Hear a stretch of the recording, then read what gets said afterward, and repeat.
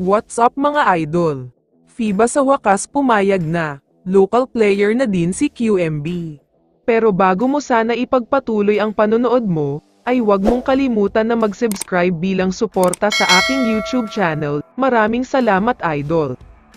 Isingit lang muna sandali natin ang balita tungkol sa Macau Black Bears, dahil after ng tune-up game nila kontra sa Gilas Pilipinas, nakipag-usap sila sa PBA board members at kay Commissioner Willie Marcial.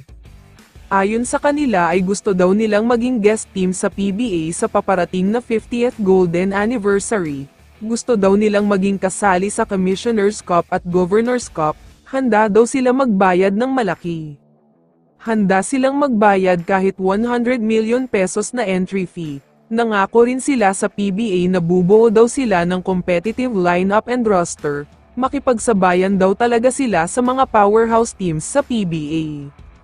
Pero ito ang mabigat sa balitang ito, sana daw ay payagan maglaro as a local player ang mga players nila na nanggaling sa Taiwan, China, Chinese Taipei at Hong Kong. Kapag nangyari ito ay siguradong iiyak ang mga PBA teams.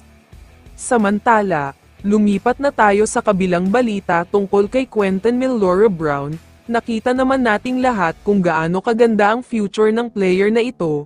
Batang-bata pa siya pero grabe talaga ang puso niya sa laro. Nakita natin lahat sa game ng Gilas Pilipinas kontra sa Macau, kung saan isa siya sa mga players ng Black Bears.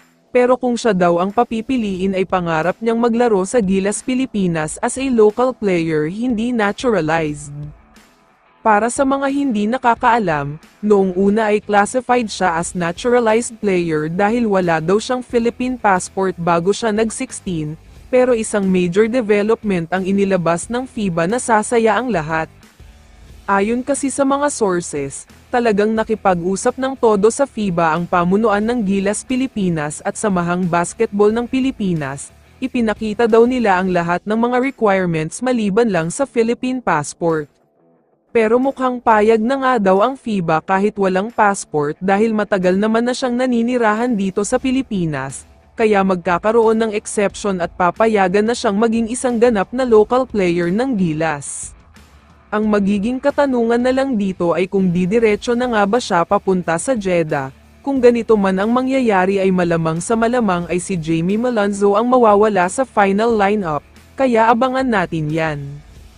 Kaya naman kung ikaw ang tatanungin idol, ano ang masasabi mo sa balitang ito? I-comment mo naman ang sagot mo sa tanong na ito. So dito na nagtatapos ang video na ito. Maraming salamat sa pagsuporta at panonood mga idol. Ingat at bye-bye.